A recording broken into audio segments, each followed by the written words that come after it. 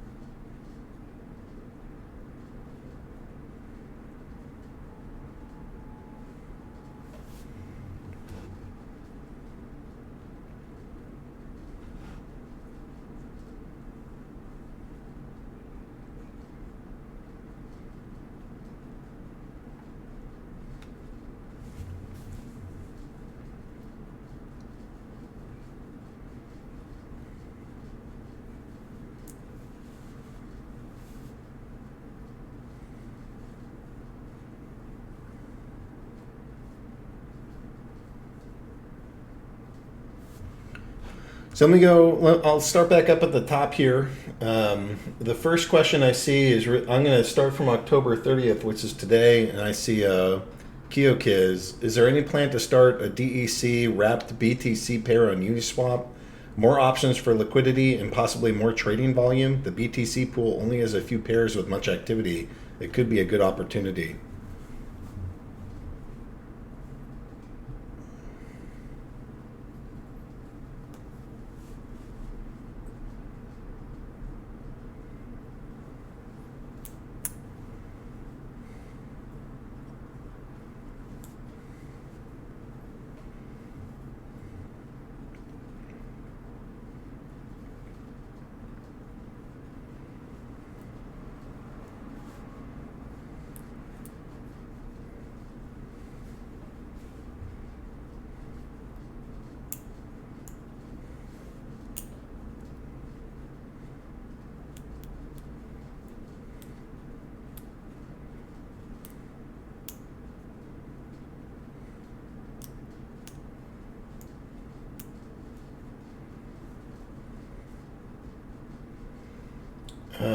Digital Wisdom is asking, is there any way to prevent those players with multiple accounts from entering the land purchase pool with each of their accounts and thereby breaking the one region per player rule?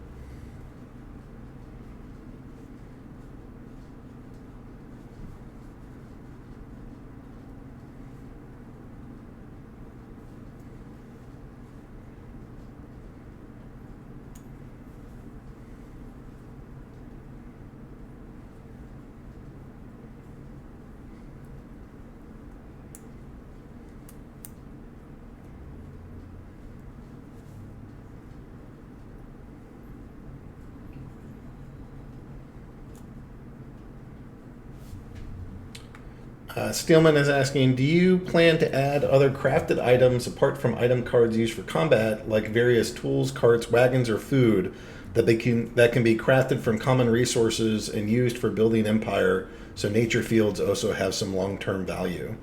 I don't think we're going to directly answer that. Matt and I have a meeting not next week, but the one after, and I'll go out and meet him at the company headquarters and media, and we'll sit down and try to iron out more of those details. We'll see how far we get with that, but until Matt and I sort of have at least initial consensus on this is how all of those pieces will go, it's too early to say yes or no. Any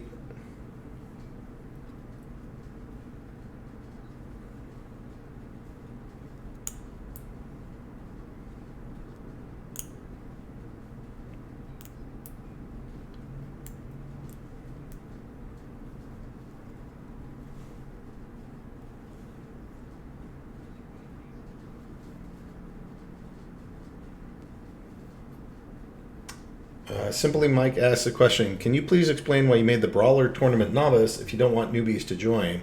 It's like we've been lobbying to keep the big accounts out of Novice, but today I noticed you set a minimum of 20,000 power for a Novice tournament. Yeah, so I did that. I'm still experimenting with these things. I thought having $20 worth of cards was not a super high barrier. In fact, I thought it was a very low barrier for a $1,000 tournament. And if you look at any of the payouts of any of them, that is the lowest threshold that exists. I know that some of the novice ones that are like $17 don't have any kind of threshold, but that one has that. I thought it was a reasonable minimum. So it wasn't meant to be punitive. It's not meant to be terrible. It's just meant to,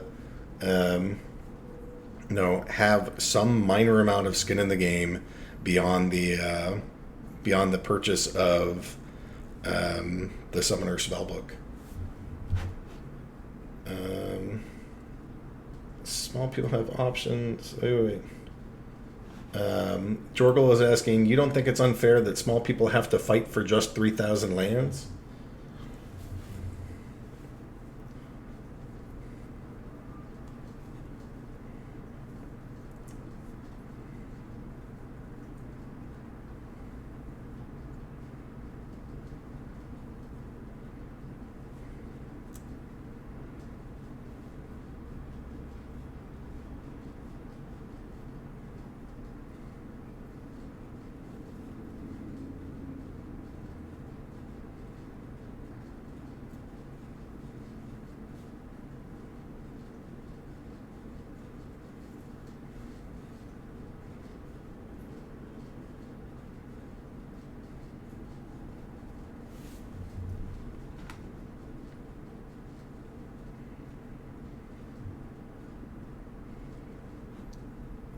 Byzantinus is asking, how did you decide upon the size of Praetoria to begin with and the amount allocated to each presale?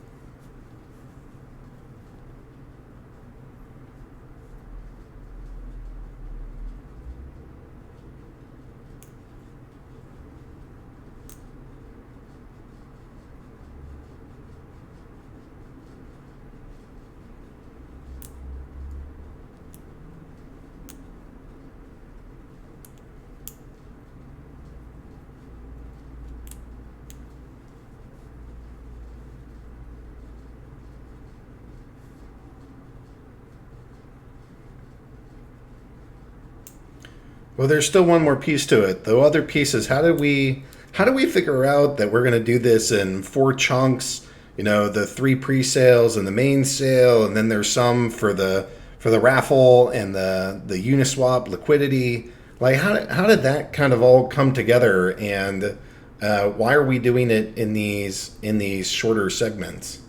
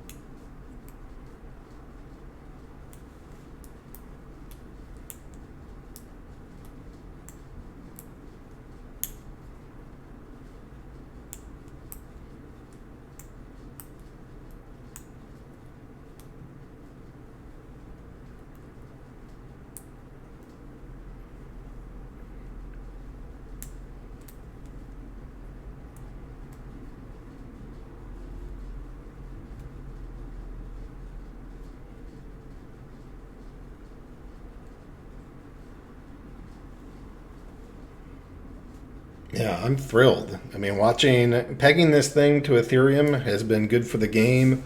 Um, it's been frustrating to watch the price of Hive continue to take a dive, but we're pegged to Ethereum and it doesn't quite bother us. You guys have kept the price of DEC pretty strong. I think it's at I call them splintoshis. I think it's 960 splintoshis today. That's pretty damn close to the peg.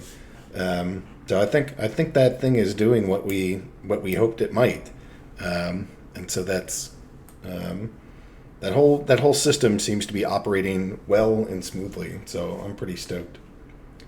Dave McCoy is asking, since you guys are collecting less money by reserving so many pools for buying regions, thus the little guys getting a bigger discount, will this affect your ability to fund this project? And P.S. Thank you for making this adjustment. It's a very creative solution that helps players big and small. I think we mostly answered that. When we built it with some idea of like, okay, we're going to do these discounts, so that overall amount of money is reflective of how much money we need to build this, and that's included with those discounts, which is part of the reason why we're saying like, it would be great to give every single person a 50% discount if they wanted them. But as Matt said, that actually jeopardizes our ability over time to actually produce this thing. So that's kind of the battle here of we want to keep it scarce, we want to keep it valuable, we want to make sure that people see that this land is awesome and that they really want it and they hold it and there's desire for it. So we don't want to inflate it too much. We don't want it to be out of the cost range of normal people. Another option could have just been, well, just make them $1,000 minimum. Like some pieces of Decentraland have sold for like $70,000. So why don't we just make prices thousands of dollars and we'll get there that way? But we don't want that as the core approach either. If the core approach is, it's completely out of the range of the common human, that's not really in the spirit of the game either. So we have to make compromises, and these are some of the ways that we've chosen to do that. And I think maybe it's not perfect for everybody. I don't think that there is any solution that's perfect for everybody that everybody will be happy with. But generally speaking, when everybody's mad at us, then that's usually a bad sign that we've made some bad choices. When just parts of the community don't like it, that's generally a sign that it's fairly well balanced. And I know that that's not fun to hear, but it's like, okay, if I've pleased everybody, then we probably did something wrong. And if everybody's mad at us, I probably did something wrong. But if there's only just small segments that are frustrated by one decision or one aspect or something, it probably means that it's fairly well balanced. And that's a weird way to look at this, but I tend to see this as a chemist of like all these pieces are in equilibrium together, and trying to balance all of these needs is hard. And we do our best to make it as equal, fair, and give lots of people opportunities as possible. And but it's not possible to please everyone. And honestly, that's not our goal. it's an impossible feat. So that seems like a frustrating goal to set. Um,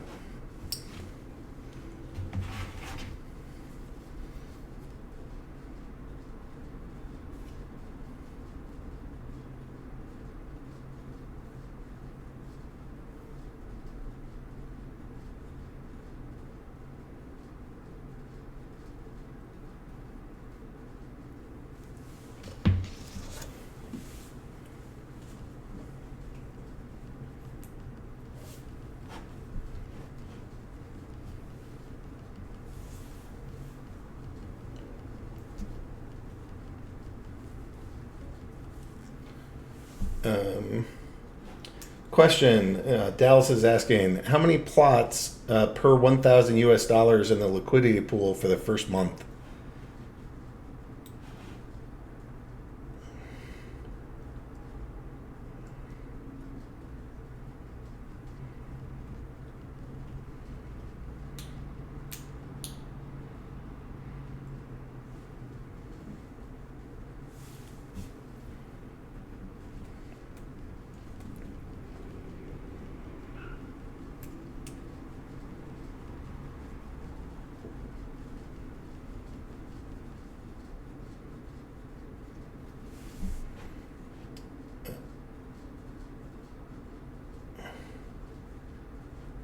Um, I don't see, you guys aren't asking that many questions. This is a big crowd. I would assume that you guys have more stuff that's on your brain. So we're caught up. Hopefully, you guys take a second to go ask around.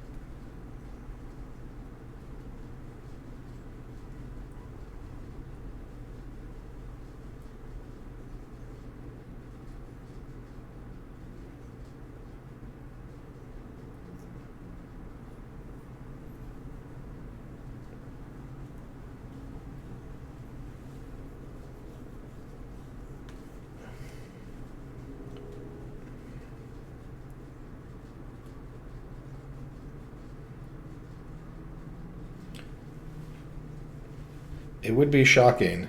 I mean, the thing about blockchain to me is that it's always a land of unintended consequences. And like Matt and I try to plan for as much as we can, but it is there's never a day where I like come into this and I'm like, all right, well, I'm sure I will understand and anticipate everything perfectly today. I'm just well aware that the universe will provide me with way more like reactions and thoughts. This is a big player base. There's no way to predict what everybody's going to think we're due, and even when we go to various sources and different voices that we're familiar with for advice on things, it always comes out in ways that we don't anticipate. That's at some days that is the core frustration of working here and doing this, and on other days it's like the biggest blessing and joy that it's always some complicated dynamic problem that needs to be solved, and I'm sure that that's infuriating for players and for us, and also some of like part of what makes this really exciting and fun to work on. So similar to that question, it looks like Juno Keo is asking, concerning the Uniswap pool rewards, when is a person's percent of the pool calculated? Is it just the end of the period of the 30 days, or everyone's percent is calculated across the whole 30 days? Reason being, I had to switch Ethereum accounts midway through. My old wallet was not web-based wallet and had issues with sending and receiving with Splinterlands.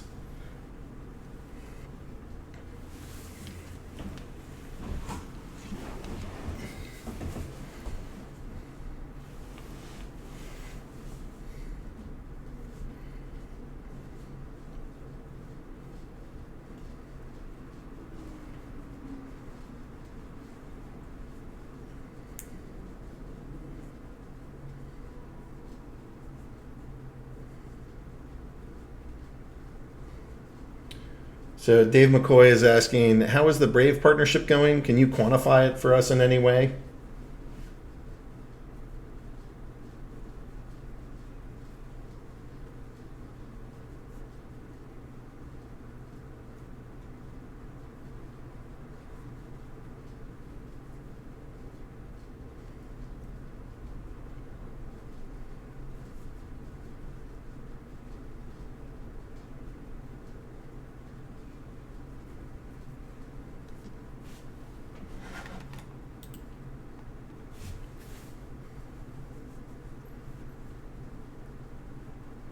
Yeah, that we had. I recorded a podcast with Jenny, who's their community manager, who will be.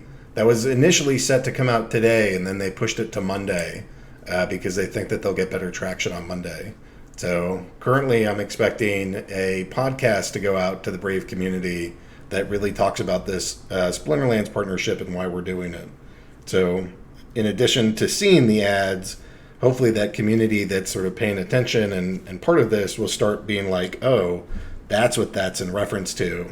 So it's not just, hopefully by now people are in other communities know what Splinterlands is, but if they don't, it's not just some random new ad, but it's this thing that the Brave business is actually talking about with their user base in their community podcast to go explain, here's what it is, here's what's going on, this is why we did it, here's how our missions overlap, so that the community gets more familiar but hears it from the Brave team.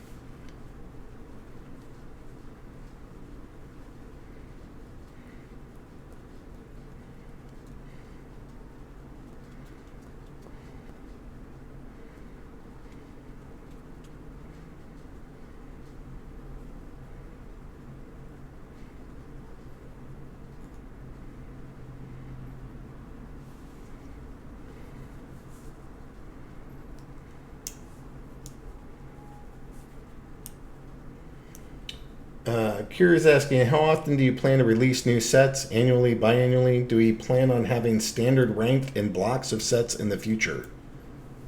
We've talked about this a bit.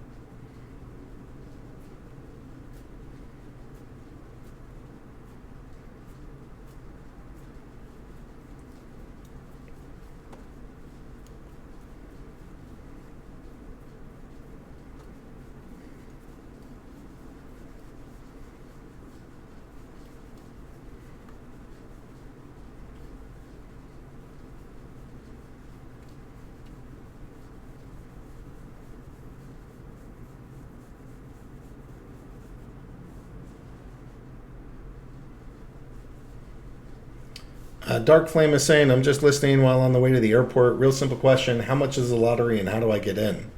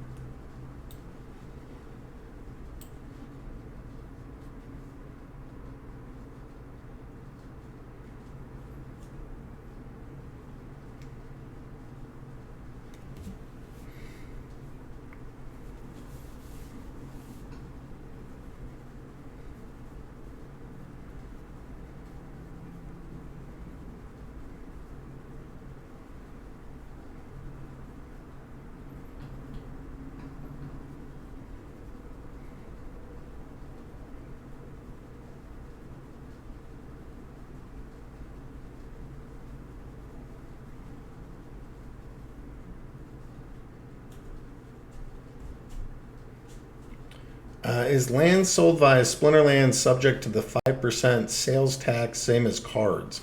I think he means market fee there. So when I have a NFT, when my plot finally turns into an NFT and I put it for sale on the market, is there going to be a 5% market fee on that?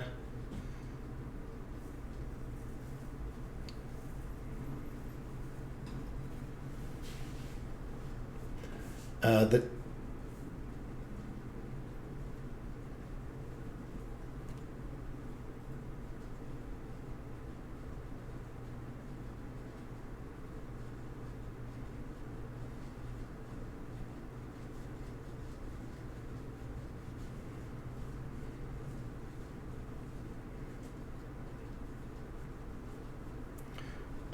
that last question was from Monster Jam Gold. This one's for Freedom.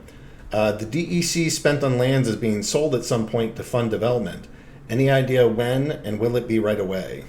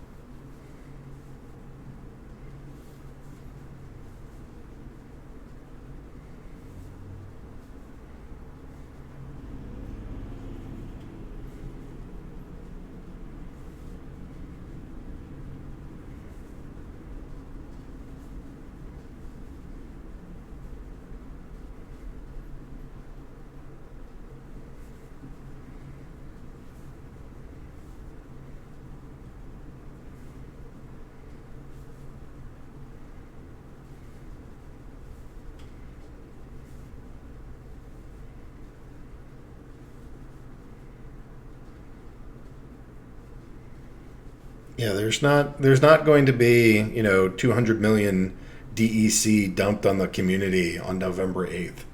It's just not. It's not the plan. That's not what we're doing.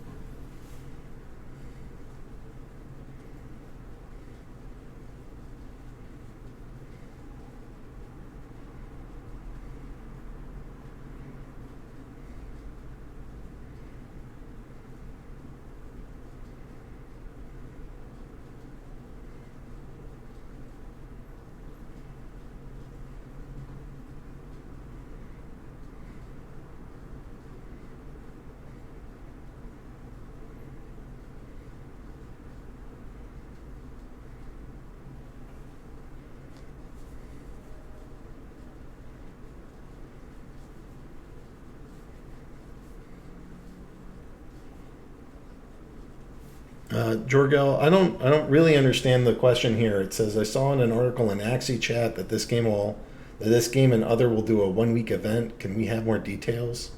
I'm not. You got to give me a little bit more information on what the 1 week event is. Uh,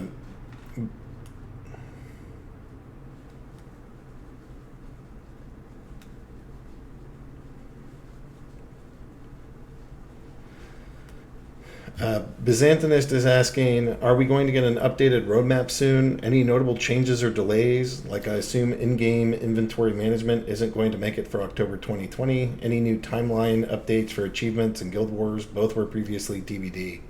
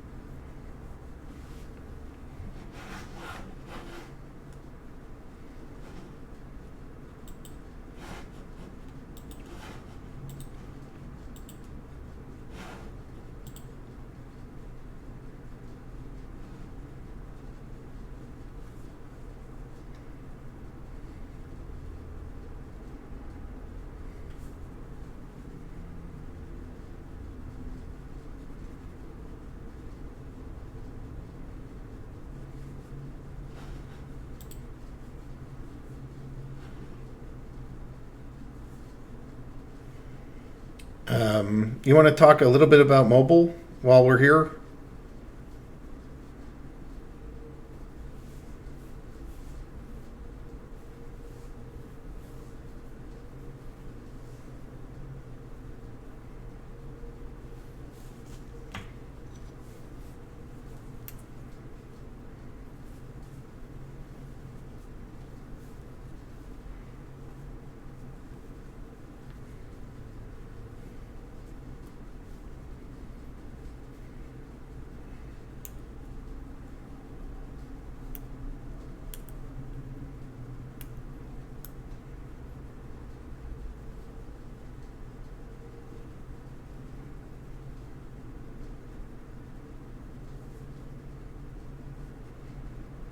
Sweet. All right. Steelman's asking, not much talk about guild tournaments. If it will include new building with shop, what kinds of items can we expect to buy there? And will they be tradable or consumable? Yeah, the guild tournament stuff is definitely in the works. So, we have to. It's weird because we get things like we're gonna go do a lottery. This is how we make it more fair for players. So we have to go like scramble to go do some lottery stuff, which takes away. We only have a finite amount of people to be able to work on things. So then that's part of like the shuffling of like player needs and game needs and development needs. All this stuff comes into play with whatever timelines come out. So now that a lot of that has been figured out, it's sort of back full steam on doing guild tournaments where we need both the sort of screens of the front-facing player user interface that's going to be there, and also the back-end code. Cryptomancer is hard at work building the back-end. Nate, who is the lead designer, is working on the screens for the front end. There are new buildings. One of those is a shop, and we're still deciding on what are the prizes going to be in there that you can get in the shop. And I imagine it'll be some consumables, it'll be some permanents, it'll be potentially summoners and monsters, maybe not all items and spells, but just some handful. Maybe it'll be some of the components you need for buildings, upgrades, or kind of like, I don't know. There's lots of different ideas that we have in terms of what can be in there, and some things that are only eligible to guilds, only eligible if your guild has reached a certain shop level, and it should range kind of the full gambit. Anything to add to that, Matt?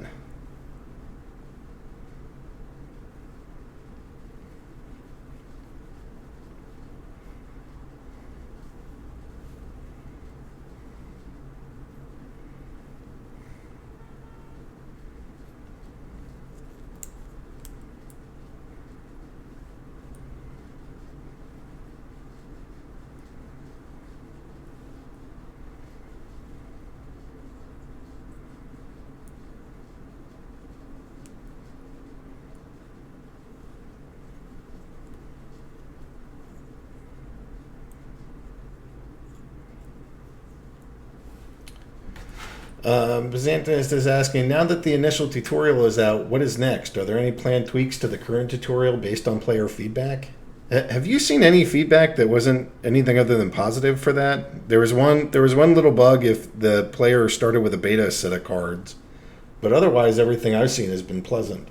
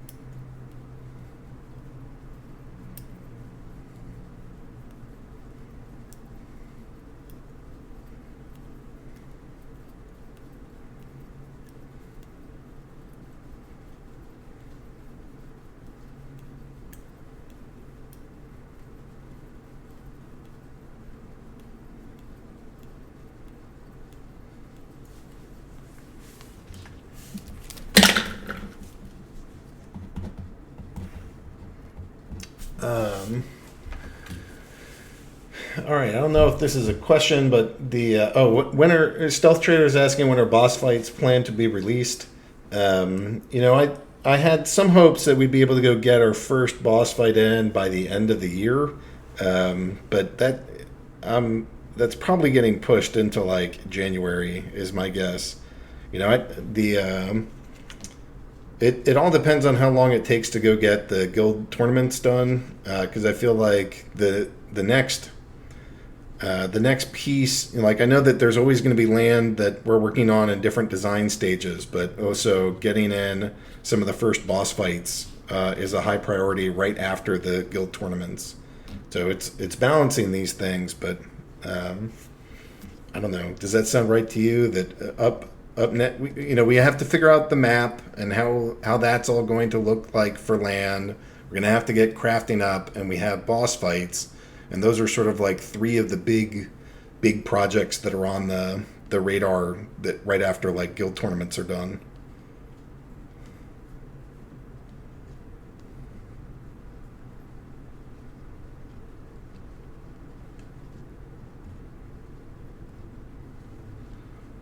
And we still have a couple months to do on the guild tournaments. So those are coming along nicely.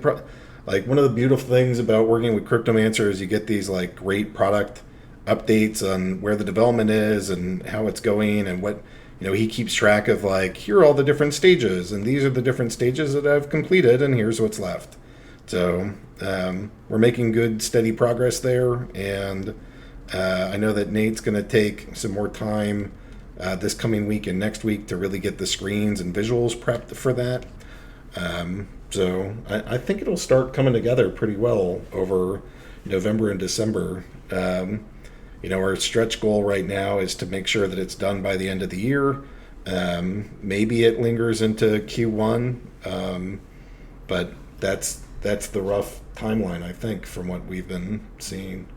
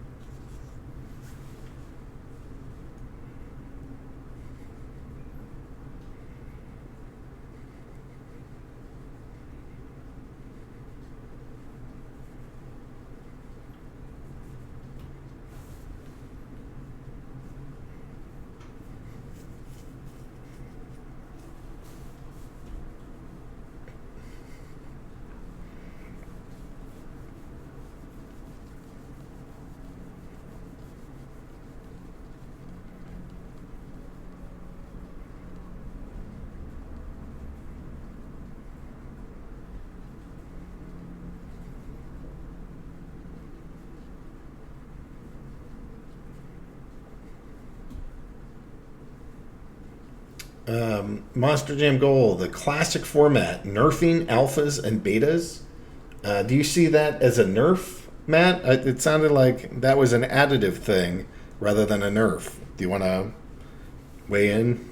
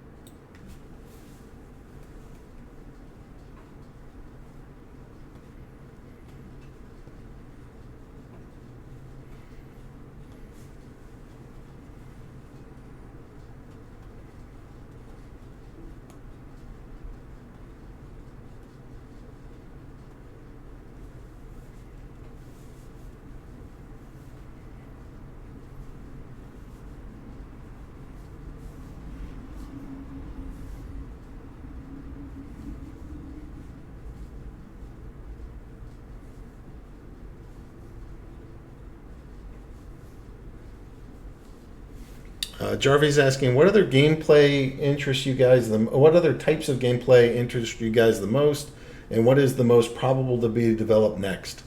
So I see the guild tournaments, and then boss fights, and this whole land thing. Land is an interactive experience. So those are three major ways that it'll be introduced. And then we'll have the items and spells sort of roll out into the game. So there's four big projects. Any other ways that you see, Matt?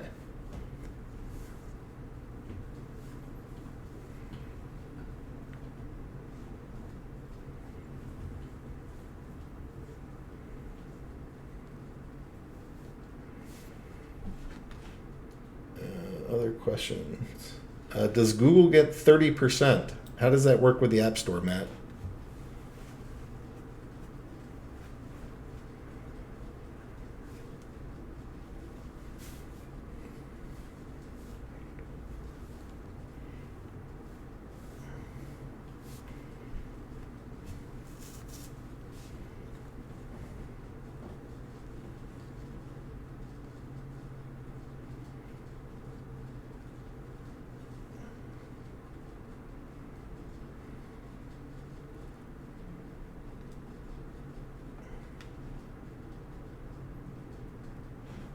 Question. When you have talked about the land rollout, you have mentioned several phases or versions.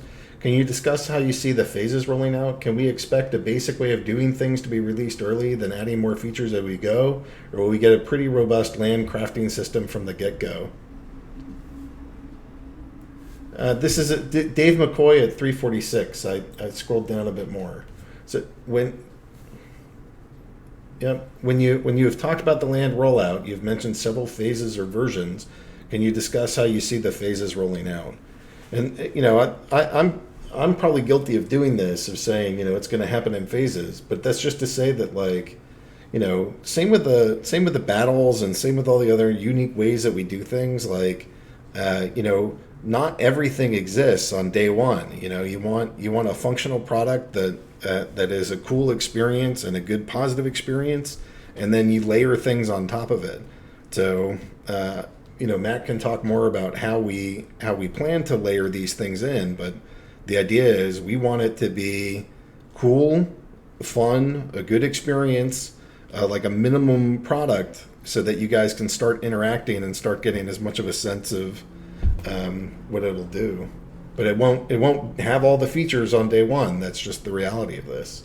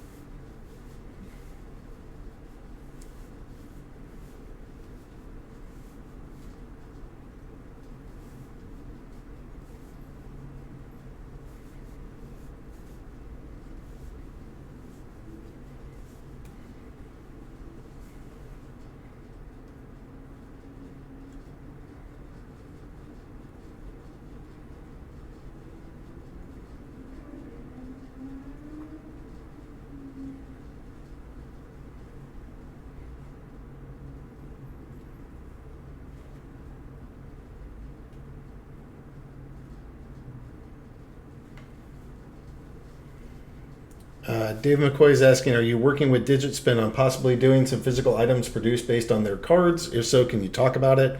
Yeah, I actually signed a contract with him this week. He is now a licensed, authorized creator of Splinterland's cardboard cutouts and up to like 6 foot sculptures. He basically invented a way to go make these giant. Some of them have been used for trade shows. He made like a 45-foot Starship Enterprise. He's got like a whole studio that does this. So I think his plan is to make some cardboard cutouts, and then I also think his plan is to make, some tabletop like 12-inch or 18-inch statues. So hopefully he's in Discord, and at some point he'll start asking some questions about, hey, what characters do you guys want to see, or what would you want to buy as like a numbered collectible for a physical like 12-inch or 18-inch thing. So I don't know. His work is pretty awesome. I saw it and I'm like, ooh, that's cool. I don't know how I'm going to afford a $7,000, 6 foot tall lightning dragon, and I don't know that my neighbors will appreciate me having one on the front lawn. But that's in the works. We gotta figure that out. All right, Jarvy's asking, I see guild tournaments as a tournament. It's the same gameplay style, different matchup styles. Any different type of actual gameplay style? Will boss fights be different styles of gameplay or still blind drafting style? Matt, do you want to...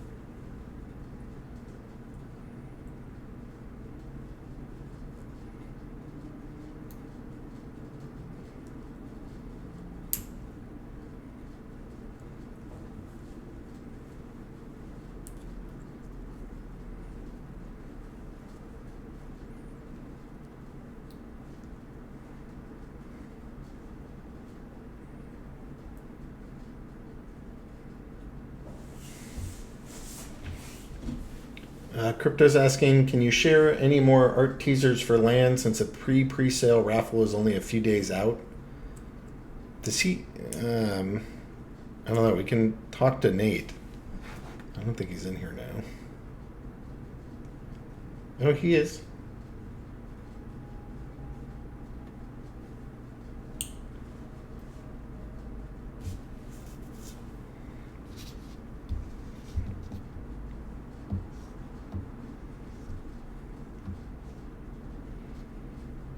Yeah, I think it'd be good. I think the guys would like to see it.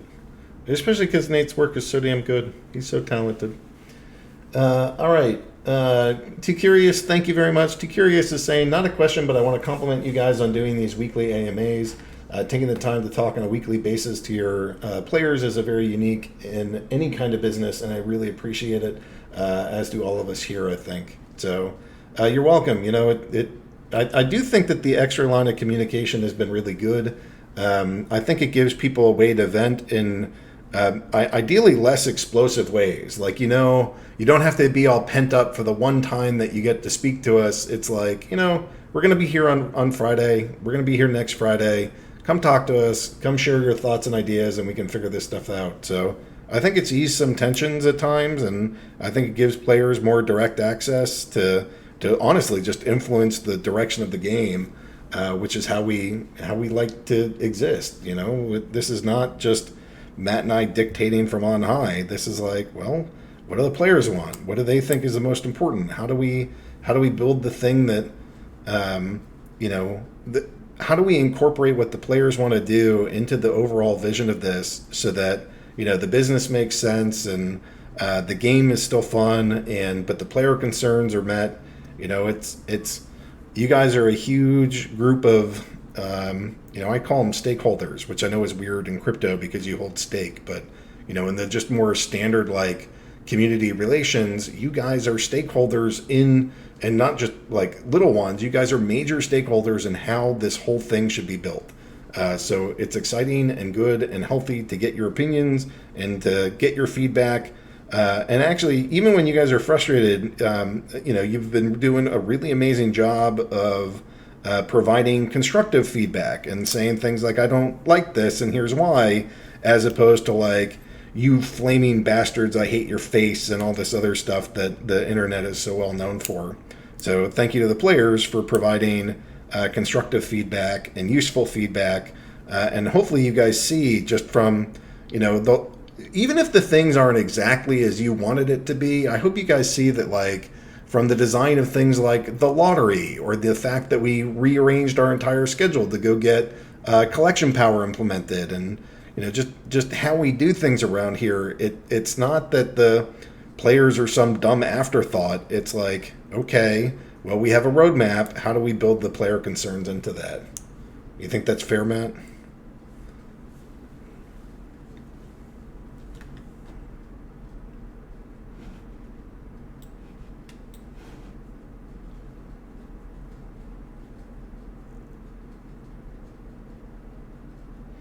All right, I think this is going to be.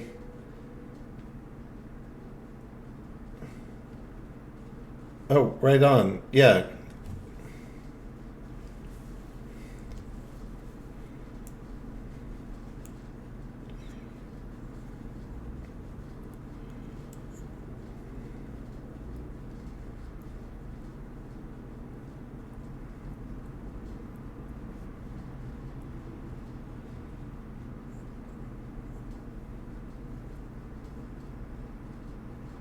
Yeah, agreed. That'll be good timing.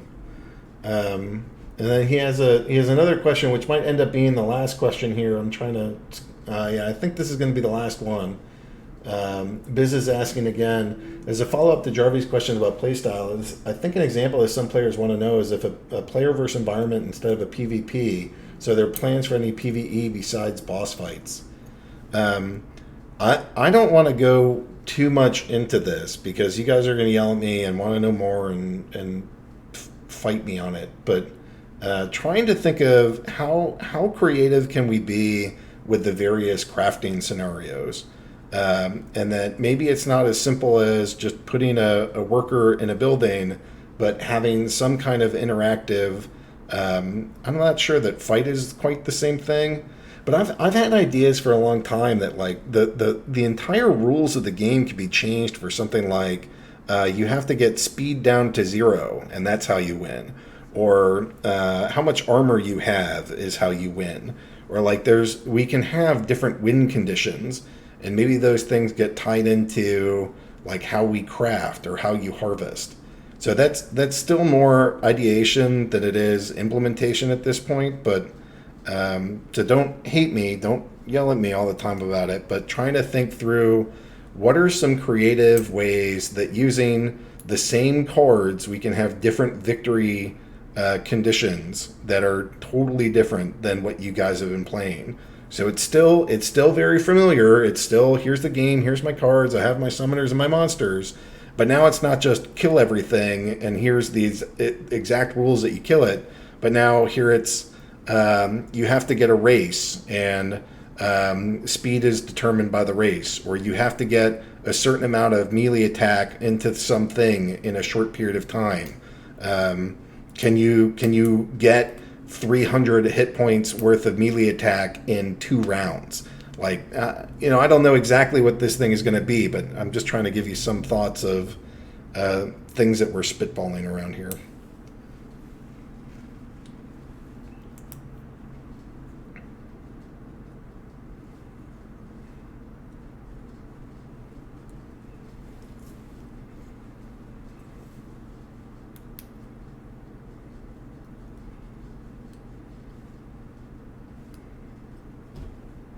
Yeah, I don't, at the beginning, some of these things will be more simulation like. And then as they expand further, they should be way more interaction based. So, when I think about going back to that question about phases, it's a lot easier to design simulations than it is interactive engagement experiences. So as we start, when we need placeholders, they'll likely be just full-on simulations. And then as we get more time to flesh it out more, and honestly use some of that experience that we get from doing the simulation, then we can get into more of like the whole immersive experience of being a land baron in Pretoria. Should be pretty fun. So Nate's saying that for the next AMA, he can get us some stuff out there. In the past, you've had fun competitions with Jacek and Matt where you had to choose the losing team using all mana available. You choose a team that would lose.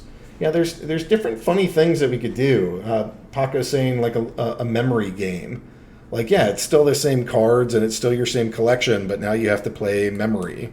Or I don't know. You can't. I don't know how you play Jenga with the cards, but we can make other weird mini games that can live inside of this that use the same resources or the same card collection to go do other things. One thing that is like probably 2022 is something like a tactics game where now you're playing. The game I played a lot of was Final Fantasy Tactics, and there were some like BattleTech games that I played a ton that were these turn-based, role-playing games that I thought were pretty awesome.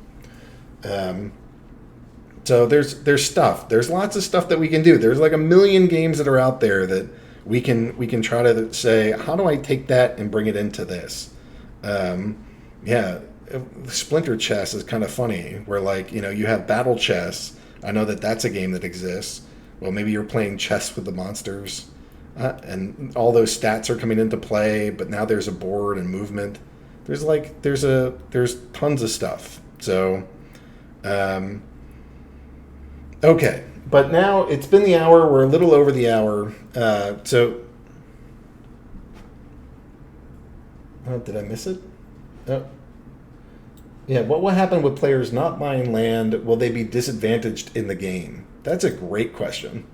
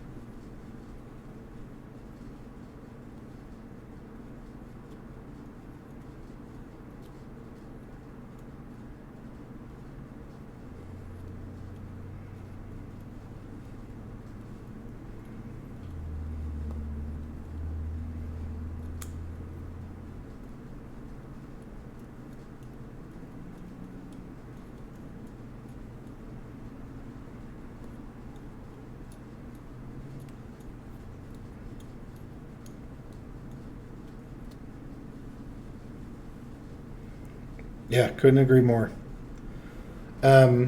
Well, guys, we have been seeing a nice uptick in the number of new players joining. I see one player in particular, Kira 1995, plenty of times, just interacting. There's others that are here, but I mostly see them in chat here or in the Discord voice channel. You guys, I don't know. I get a little verklempt when I'm thinking about it. You guys are doing a really nice job at welcoming new people into this community. Um, for years I've been saying in crypto we all go to the same moon, and I think that creates an atmosphere where we recognize that the more that our game grows, the better it is for our community as a whole, and that starts with just being decent human beings to each other. And so for that, on that regard, you guys have just done amazing. It's awesome. Like players are literally getting peppered within like the first time that they're joining. There's three people that are stopping their conversation and saying hi to them. And we're seeing gifts come out because Clove is sending them, and others are sending messages, and there's memes to welcome new players, and um, just one of the most, it's so simple, but one of the best things that we can do to help grow this is just when people come here, we do our best to make them feel welcome, invited, and have a good time. And currently, you guys are killing it, just totally killing it. And that makes our job so much easier because it's the kind of thing where like, I am so proud of this community and the way that you guys interact with each other. And it just makes it so much easier to go out to other communities and be like, you should come here. They're like, I want you to be a part of this. I want you to check this thing out. Because it's just the guys here and the team and the people, and it's just a welcoming area. And it's one little part of the internet that just doesn't suck. And where you don't dehumanize everybody else, and where it's not just toxicity everywhere. So kudos for doing that. I don't think this game could grow if we have that kind of nastiness all the time. Little bits here and there, that's just human. But as a group, you guys have been doing awesome, and it just makes our job so much easier. So I want to thank you for that. I've been totally impressed by that, and I'm grateful for that. So um, so. I want to wrap this thing up. I want to say thank you to the community. I want to say the devs are freaking killing it. They are getting stuff done. We're making progress on so many different fronts. Nate is making some awesome designs, and we have artists churning stuff out left and right. And I'm just feeling really good about the new players that are signing up. I'm excited. There's lots of metrics that are out there that make me quite happy and feeling like the game is in a strong state and we're moving in the right direction. And I'm glad to be doing this with all of you. The land sale is going to start in like 8 days, so I would encourage people to prep. Some of you have your dark energy crystals ready and they're on Uniswap, and you're just going to pull them then. But just want to make sure that you guys, if you're planning on getting your regions, that you enter into this lottery and that you're ready to go, because there's likely not enough land for everybody, and you're not going to want to be the guy that couldn't get into the lottery because you didn't plan for it. So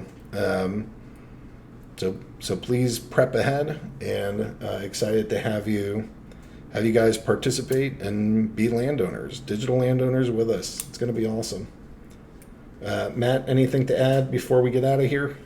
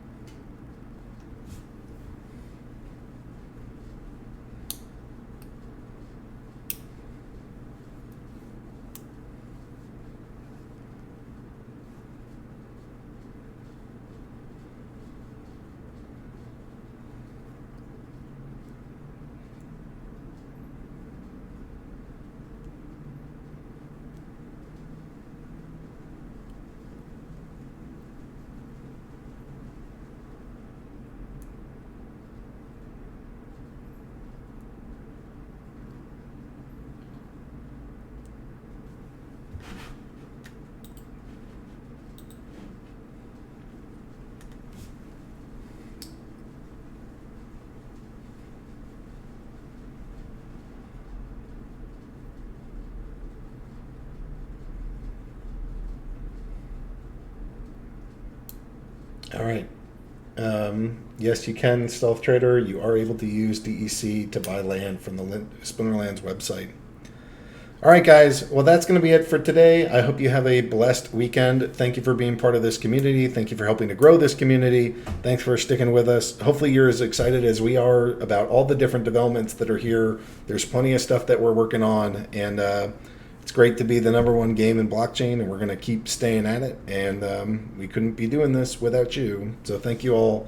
And of course, we'll be in Discord, but we'll see you again next Friday. Actually, that's the last thing we need to do. Matt, what do you want to do for time next week?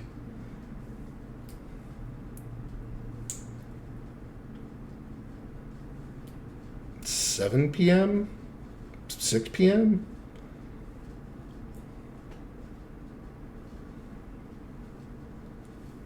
Yeah, let's try a 6 p.m.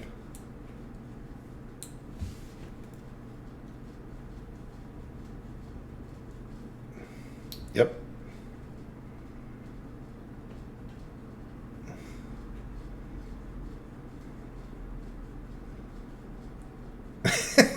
And we'll put it in official updates. All right, guys, 6 p.m. in a week. Thanks for being here. Thanks for being a part of this community, and have a wonderful weekend. Thanks all. Bye.